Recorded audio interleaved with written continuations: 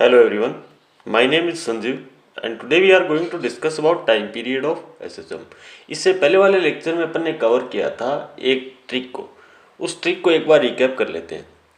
उस ट्रिक में क्या था, वो ट्रिक बनाई थी अपन ने सिर्फ और सिर्फ किसके लिए, स्प्रिंग ब्लॉक सिस्टम के लिए अपन ने बुलाई थी। स्प्रिंग ब्लॉक सिस्टम के लिए, स्प्रिंग ब्लॉक सिस्टम में भी उसी सिस्टम के लिए अपन ने बनाई थी जिसमें क्या हो, आपकी बॉडी सिंगल हो या सिंगल बॉडी के लिए हो।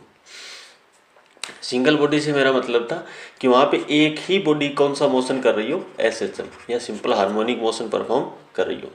अब आगे चलते हैं, उस ट्रिक की बात करते हैं। उस ट्रिक में था क्या, उस ट्रिक में अपन ने कुछ स्टेप्स फॉलो किए थे, उनको एक बार रिकैप कर लेते हैं। फर्स्ट स्टेप जो अपने फॉलो किया था वो था, जितनी भी स्प्रिंग्स आपको दे रखी थी उन सबको आपने सीरीज कॉम्बिनेशन में ऐड किया था। किस में ऐड किया था, सीरीज कॉम्बिनेशन में। सेकंड स्टेप आपने जो फॉलो किया था वो था आपका के equivalent for every spring. Her spring के लिए आपने के इक्विवेलेंट कैलकुलेट किया था।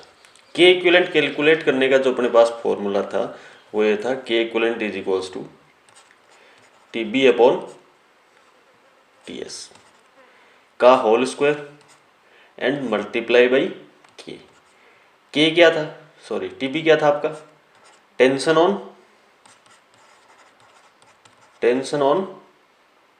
Body,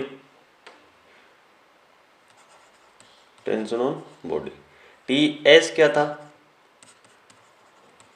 tension on spring. Clear. के था आपका स्प्रिंग का कांस्टेंट, जिस स्प्रिंग की आप बात कर रहे थे। थर्ड स्टेप आपका क्या था कि आपने पूरे कॉम्बिनेशन के लिए निकाला था। जैसे आपने सीरीज कॉम्बिनेशन में जो स्प्रिंग्स ऐड की थी उनके लिए क्या निकाला, के इक्विवेलेंट कैलकुलेट किया और उस के इक्विवेलेंट की वैल्यू आपने पुट की उस सीरीज कॉम्बिनेशन की स्प्रिंग्स के लिए। उसके बाद में जो आपका कॉम्बिनेशन बना, सीरीज कॉम्बिनेशन बना, उस पूरे कॉम्बिनेशन के लिए आपने क्या निकाला, के इक्विवेलेंट। उसका फॉर्मूला क्या होता है के इक्विवेलेंट का, 1 के इक्विवेलेंट इज इक्वल्स टू 1 के equivalent for first spring and यही सेम अपन करेंगे के equivalent for second spring. And अगर आपको 3-4 स्प्रिंग है तो एड ऑन आप कर सकते हो उनको डिटेल में। फोर्थ स्टेप आपका था कि T is equals to 2 pi under the root of mass upon K equivalent. T तो आपका आंसर होगा टाइम पीरियड, और के इक्विवेलेंट आपका कहाँ से आया, इस वाले फॉर्मूले से आपका आ गया। और मास उस बॉडी का लेना है जो क्या कर रही है, आपकी सिंपल हार्मोनिक मोशन परफॉर्म कर रही है। ये 4 स्टेप थे। इन 4 स्टेप को फॉलो करके अपन ने बहुत से कॉम्प्लेक्स सिचुएशंस थी या प्रॉब्लम्स थी उनको सॉल्व किया था। अब चलते हैं आगे, उसी टाइप की कुछ प्रॉब्लम्स को अपन डिटेल में डिस्कस करते हैं कि इनको आप उस ट्रिक की हेल्प से कैसे सॉल्व कर सकते हो। तो देखो यहाँ पे एक सिचुएशन दे रखी है जिसमें स्प्रिंग का स्प्रिंग कांस्टेंट है के और ब्लॉक का मास है एम। अच्छा, वहाँ पे एक चीज़ और बताई थी मैंने आपको कि ये जो पुलीज अपन लेते हैं ना वो कैसी लेते हैं, आइडियल लेते हैं। कैसी पुली है आपकी, आइडियल पुली है। आइडियल पुली की क्या प्रॉपर्टी होती है कि उसके पास मास नहीं होता और कोई फ्रिक्शन नहीं होता। चलो, ये तो वैसे पहले न्यूटन्स लॉज ऑफ मोशन में भी पढ़ रखा होगा कि आइडियल पुली क्या होती है। अब बात करते हैं कि टाइम पीरियड कैसे कैलकुलेट करेंगे। तो टाइम पीरियड कैलकुलेट करने के लिए आपको जितनी भी स्प्रिंग दे रखी है उनको किस में ऐड करना पड़ेगा, सीरीज कॉम्बिनेशन में ऐड करना पड़ेगा। तो यहाँ पे एक स्प्रिंग दे रखी थी और उस एक स्प्रिंग को मैंने सीरीज कॉम्बिनेशन में ऐड कर दिया डायरेक्ट ब्लॉक के साथ। तो ये वाला मैंने किया ब्लॉक के साथ।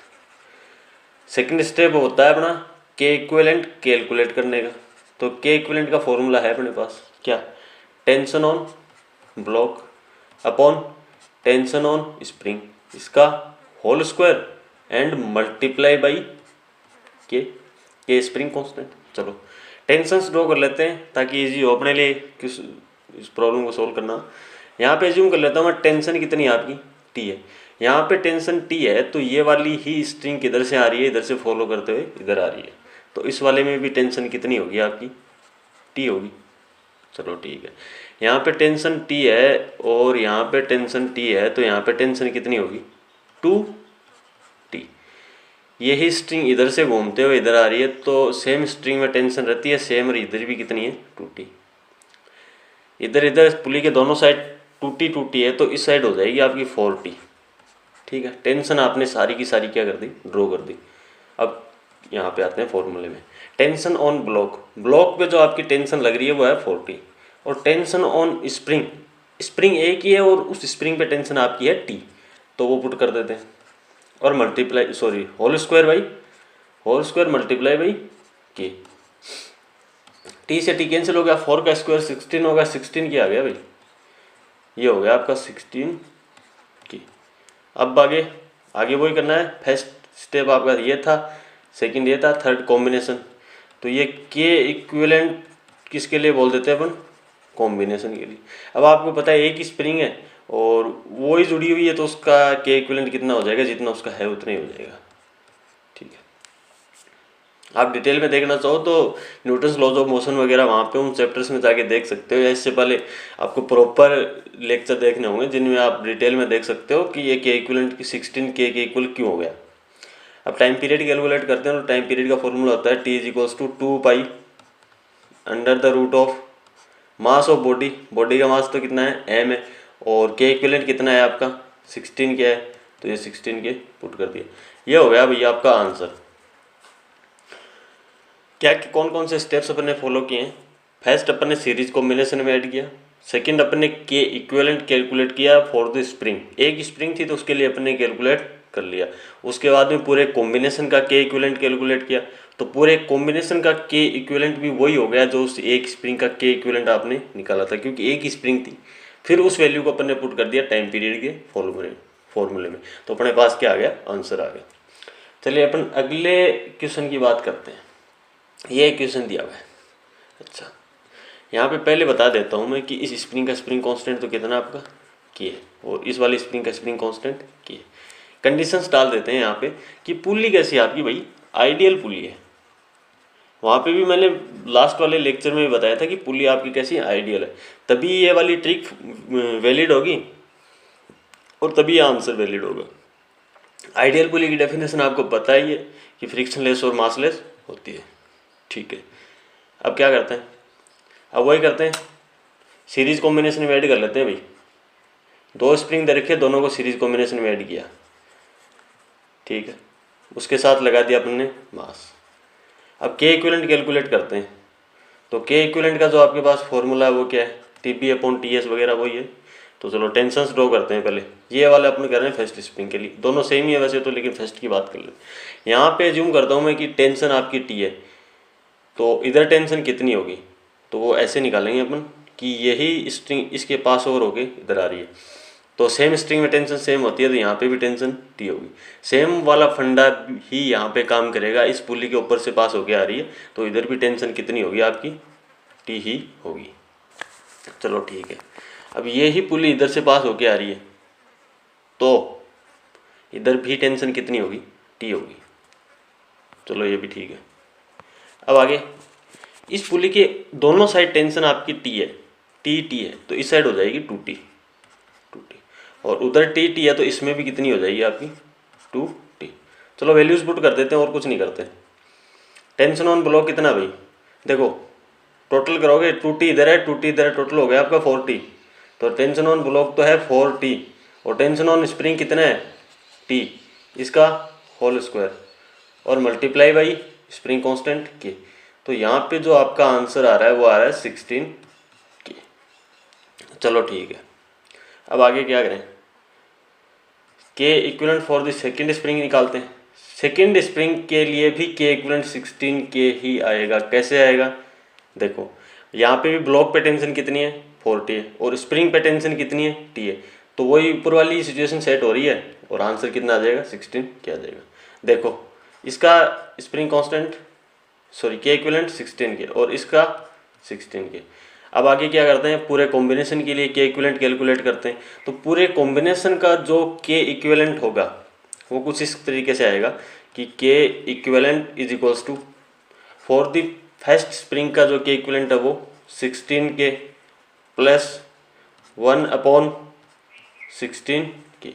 यहाँ पे एलसीएम हो गया आपका 16 के और ऊपर आ गया 2। जब इसको नॉर्मलाइज करोगे तो आपका क्या आएगा के इक्विवेलेंट, और के इक्विवेलेंट कितना आएगा 8 के। कोई दिक्कत?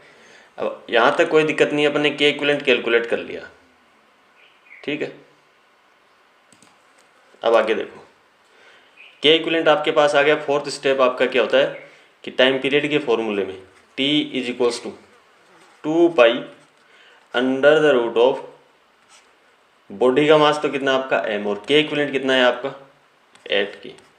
ये क्या हो गया भैया आपका आंसर हो गया, ठीक। आपने जो स्टेप पे फर्स्ट क्वेश्चन में फॉलो किए थे वही क्या किए यहाँ पे फॉलो किए। चलो अगले क्वेश्चन पे चलते हैं। यहाँ पे क्या दिया हुआ है, एक पुली है जो सीलिंग से लटक रही है, उसके साथ स्प्रिंग है और उसके साथ क्या लगा हुआ है ब्लॉक लगा हुआ है। तो इस स्प्रिंग का स्प्रिंग कांस्टेंट क्या दिया हुआ है आपको के, और बॉडी का मास दिया हुआ है m। यहाँ पे कंडीशन ये दे रखी है आपको कि जो पुली है वो कैसी है, आइडियल पुली है भाई। कैसी पुली है, आइडियल पुली है आपकी। चलो के इक्विवेलेंट डायरेक्ट क्या कर देते हैं सबसे पहले सीरीज कॉम्बिनेशन में, तो ये मैंने कर दिया सीरीज कॉम्बिनेशन में इसको ऐड। ये ब्लॉक हो गया आपका m।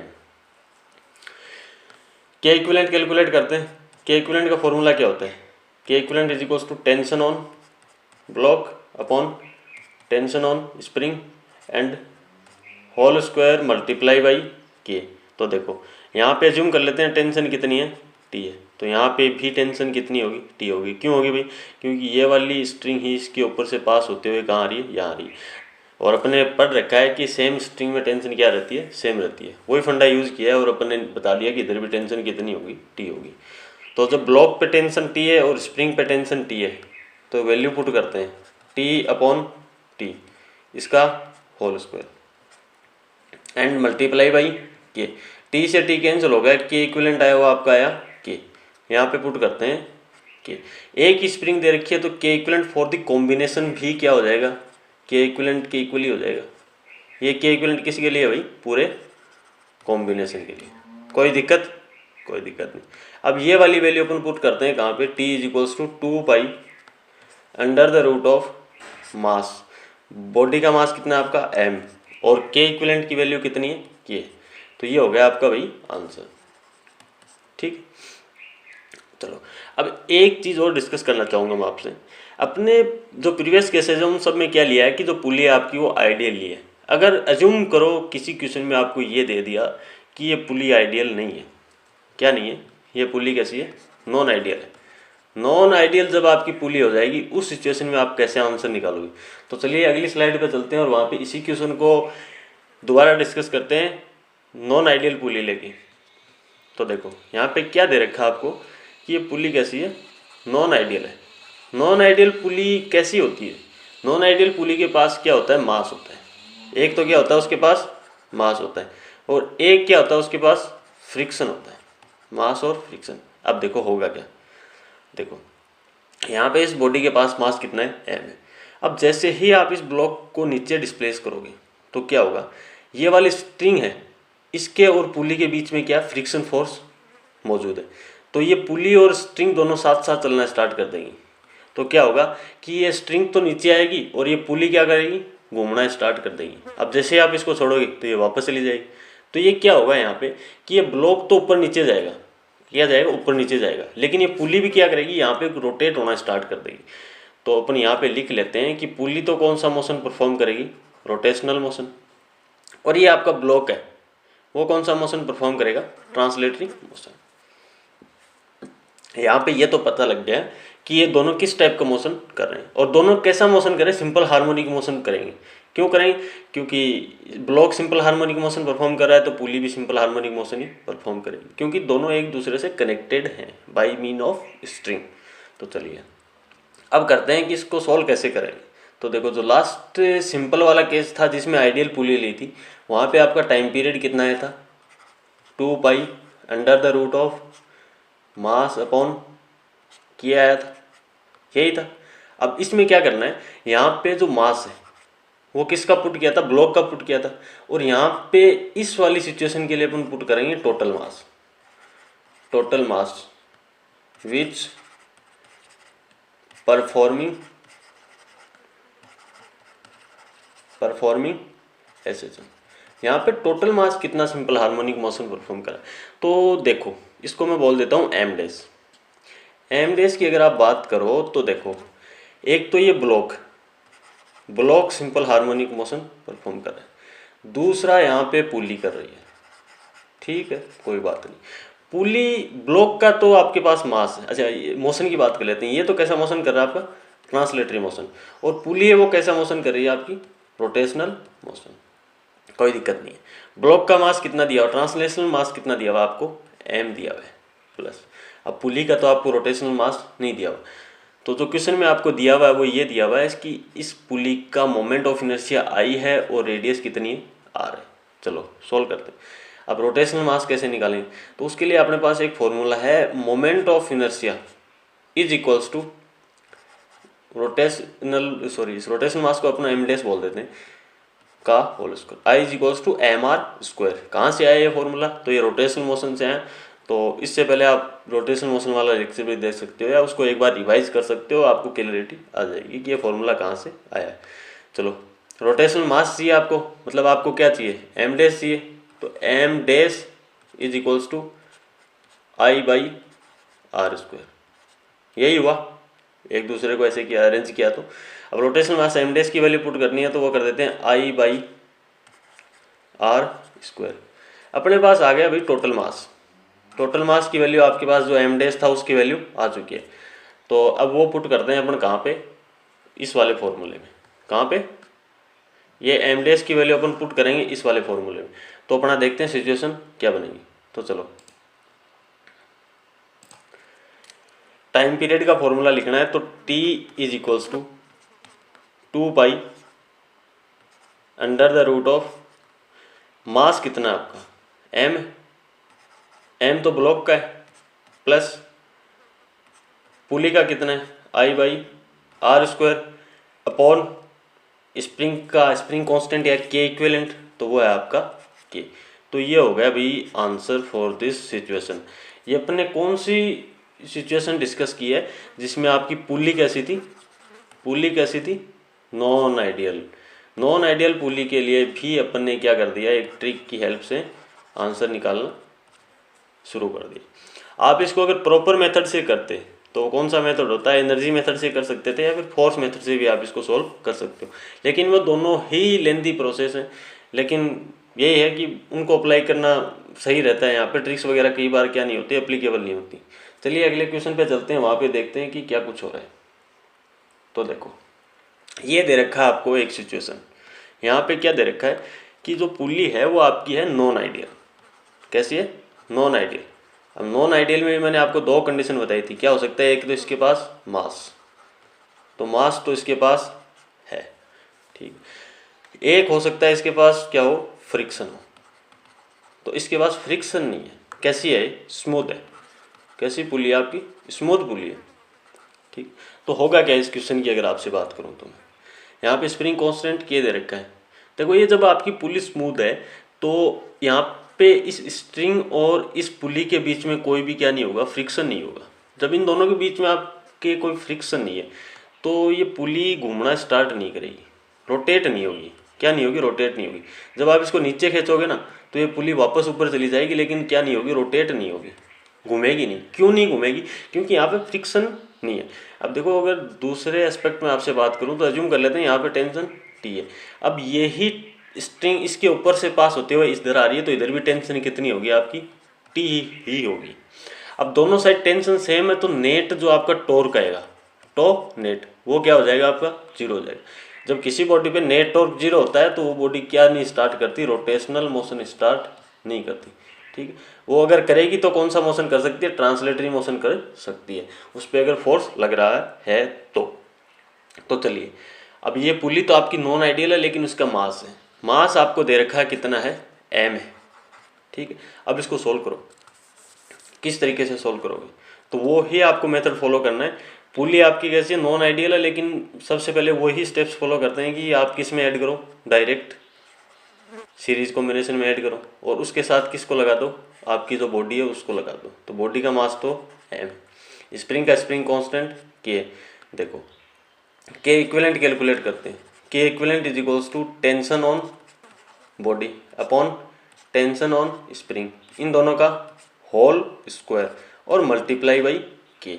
तो देखो टेंशन ऑन ब्लॉक, इस पुली पे दो टेंशन काम करे, इधर से एक तो टी आ रहा है और इधर से टी आ रहा है, तो टेंशन ऑन ब्लॉक तो आपका है 2T, और टेंशन ऑन स्प्रिंग आपका है T। देखो डायग्राम में डायरेक्ट आप देख भी सकते हो कि टेंशन ऑन स्प्रिंग कितना आपका T ही है, इसका whole square multiply by spring constant K, तो आपका आंसर आ रहा है 4K। तो यहाँ पे लिख देते हैं अपन, ये कितना आपका 4K।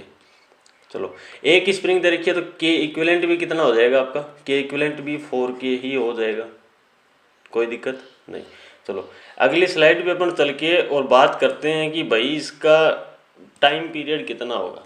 तो देखो T is equals to 2 pi under the root of mass upon क्या, स्प्रिंग का के इक्विवेलेंट होगा 4।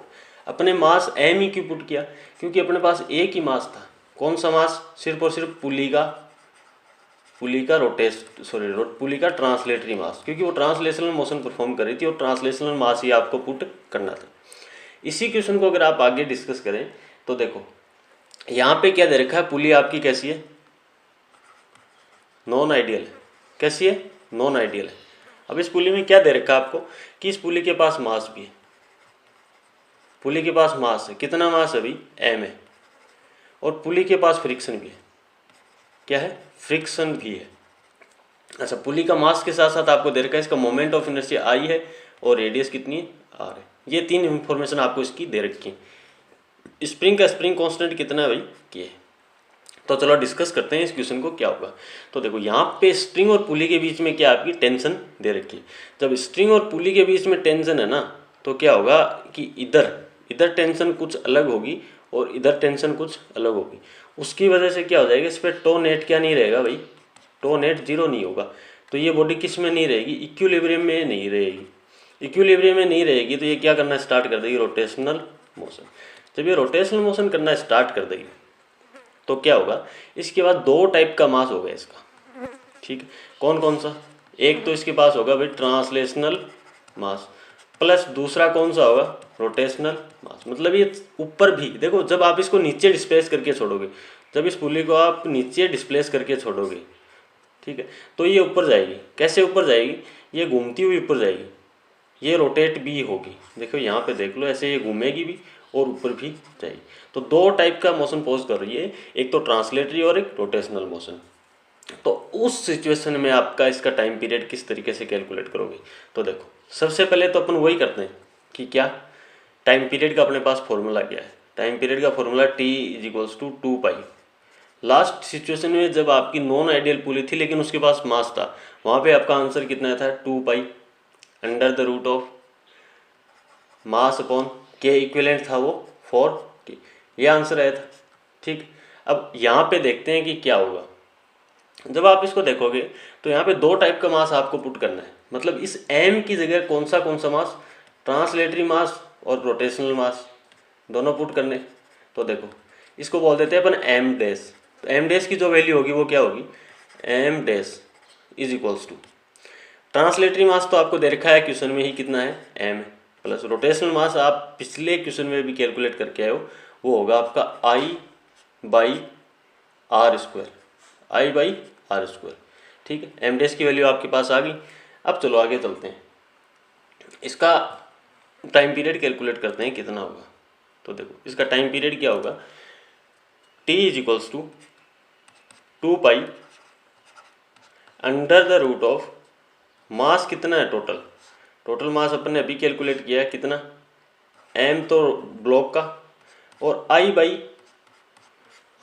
किसका है, बॉडी का, सॉरी इस पुली का घूमने का और ये ट्रांसलेटरी मोशन का, अपॉन के इक्विवेलेंट कितना है आपका 4K। तो ये हो गया भैया आपके पास आंसर। क्या क्या किया, अपने जो आइडियल पुली वाला जो फॉर्मूला था टाइम पीरियड का, आइडियल या फिर मास, सिर्फ और सिर्फ वो पुली क्या कर रही थी, ट्रांसलेटरी मोशन परफॉर्म कर रही थी, उस टाइप वाले फॉर्मूले में अपने सिर्फ और सिर्फ किसका मास और ऐड कर दिया, पुली का रोटेशनल मास ऐड कर दिया, क्योंकि वो एक ही टाइप का और मोशन परफॉर्म कर रही थी, वो था आपका रोटेशनल मोशन। चलिए आगे वाले इस क्वेश्चन की बात कर लेते हैं। यहाँ पे क्या हो रहा है कि इस इस पुली के या फिर कोई भी आपकी डिस्क है, पुली है, उसके दोनों के बीच में कैसे क्या मौजूद है, फ्रिक्शन अवेलेबल है। जब इन दोनों के बीच में फ्रिक्शन है तो होगा क्या, जैसे ही आप इसको यहाँ से नेचुरल लेंथ से, कहाँ से, नेचुरल लेंथ से आगे डिस्प्लेस करके छोड़ोगे, ठीक है, यहाँ पे छोड़ दिया आपने, तो क्या होगा, यहाँ पे एक तो लगेगा फ्रिक्शन, ठीक, एक इस स्प्रिंग का फोर्स लगेगा, ठीक, इसको अपन टेंशन बोल देते हैं, ठीक, और ये आपका सेंटर। तो ये एक तो टेंशन ज़्यादा होगी और फ्रिक्शन कम होगा, तो ये एक तो जाएगी इधर, ठीक, तो इसको बोल देते हैं अपन ट्रांसलेटरी मोशन, ठीक। अब इस पे नेट टॉर्क की बात करते हैं। तो नेट टॉर्क इस पे क्या होगा, टेंशन तो सेंटर पे लग रही है तो उसका नेट टॉर्क अबाउट सेंटर तो जीरो हो जाएगा, लेकिन जो फ्रिक्शन होगा उसका टॉर्क आएगा। तो यहाँ पे बोल देते हैं tau net is not equal to zero. तो यहाँ पे कुछ ना कुछ नेट टॉर्क इस पे है। तो ये बॉडी ट्रांसलेटरी मोशन के साथ साथ कौन सा मोशन भी परफॉर्म करेगी, रोटेशनल मोशन भी परफॉर्म करेगी। चलो ठीक है। अब यहाँ पे क्या करते हैं, अपने पास सिंगल बॉडी वाले सिस्टम में टाइम पीरियड क्या आता है, अपने पहले निकाल रखे हैं बहुत सारे क्वेश्चंस में, तो अपन यहाँ पे डायरेक्ट लिखते हैं कि अगर सिंगल बॉडी ही हो आपकी तो t is equals to 2 pi under the root of, देखो कौन से वाले केस की बात कर रहा हूँ, जिसमें अपन ने निकाला था पुली स्प्रिंग थी और क्या लगा हुआ था, मास लगा हुआ था, ठीक है। तो देखो इसके लिए टाइम पीरियड क्या आता था, t is equals to 2 pi m upon k। तो देखो k इक्विवेलेंट होता था, तो k इक्विवेलेंट तो इसी कॉम्बिनेशन के लिए भी क्या आएगा, k इक्विवेलेंट तो k के इक्वल ही आएगा, लेकिन मास जो होगा वो कितना होगा। तो देखो मास इसका दो टाइप का होगा, एक तो कौन से वाला, ट्रांसलेटरी मोशन वाला, और एक कौन से वाला, रोटेशनल मोशन वाला। तो चलो मास कैलकुलेट करेंगे और वो टाइम पीरियड में पुट कर देते हैं। यहाँ पे जो इस बॉडी या पुली की जो इन्फॉर्मेशन आपको दे रखी है वो क्या दे रखी है कि इसका मास तो है m, moment of inertia I और रेडियस कितना आपका r। तो ये क्या आपकी इसकी इन्फॉर्मेशन दे रखी है। अगली स्लाइड पे चलते हैं और इसका m डैश कैलकुलेट करके कहाँ पुट कर देंगे, इसकी टाइम पीरियड में पुट कर देंगे। तो k इक्विवेलेंट अपने कैलकुलेट कर रखा है, m डैश की बात कर लेते हैं जो टोटल मास है। तो टोटल मास एक तो कौन सा है, ट्रांसलेटरी मोशन वाला तो आपका m है, प्लस रोटेशनल मोशन वाला कितना है, I बाई आर स्क्वायर। कहाँ से आया, तो पीछे वाले फॉर्मूले से आप वैसे भी कर सकते हो, या फिर I is equals to m naught by m naught R square. Moment of inertia formula है, तो m naught is equals to कितना हो गया भाई, I बाई आर स्क्वायर। चलो वैल्यूज़ वगैरह पुट होगी, m डैश। अब ये कहाँ पुट करते हैं अपन, टाइम पीरियड में पुट करते हैं। t is equals to 2 pi under the root of, total mass कितना है, रोटेशनल और ट्रांसलेशनल, वो है m plus I by R square upon spring constant कितना आपका की। तो ये हो गया आपका आंसर, ये आपने आंसर निकाल लिया। किस तरीके से निकाला, वही किया है, m डैश जो टोटल मास जो आपका सिंपल हार्मोनिक मोशन परफॉर्म करा था वो आपने पुट किया और आपके पास आंसर आ गया। अब आपको करना क्या है कि इस टाइप के जो क्वेश्चंस दे रखे हैं जहाँ पे क्या हो, पुली भी मास वाली हो तो और फ्रिक्शन वाली हो, तो उन क्वेश्चंस को आप कुछ बुक्स में जाइए जहाँ पे आपको ढेर सारे क्वेश्चन मिलेंगे, उनको अप्लाई करिए, उन पे अप्लाई करिए और देखिए कहाँ पे ट्रिक अप्लीकेबल है और कहाँ पे नहीं है। आपको करना क्या है कि आप जो एक कन्वेंशन जो मेथड यूज़ करते हो, जैसे आप एनर्जी या फिर फोर्स मेथड यूज़ करते हो, उससे सॉल्व करिए और उसके बाद में अपने वाली ट्रिक की हेल्प लीजिए। अगर आपका दोनों से आंसर सेम आ रहा है तो समझ लीजिए कि यह ट्रिक यहाँ पे क्या हो रही है, एप्लीकेबल हो रही है। अब इससे होगा क्या, इस ट्रिक का यूज़ क्या होगा कि आप कुछ कुछ सिचुएशंस में आप आंसर इजीली निकाल पाओगे, ठीक है। चलो थैंक यू एवरीवन, ये लेक्चर यहीं पे क्लोज करते हैं अपन। और जो अपना अगला लेक्चर होगा वो भी टाइम पीरियड ऑफ एसएसएम पे ही होगा, वहाँ पे अपन बात करेंगे कुछ और एडवांस लेवल के प्रॉब्लम्स की। Thank you.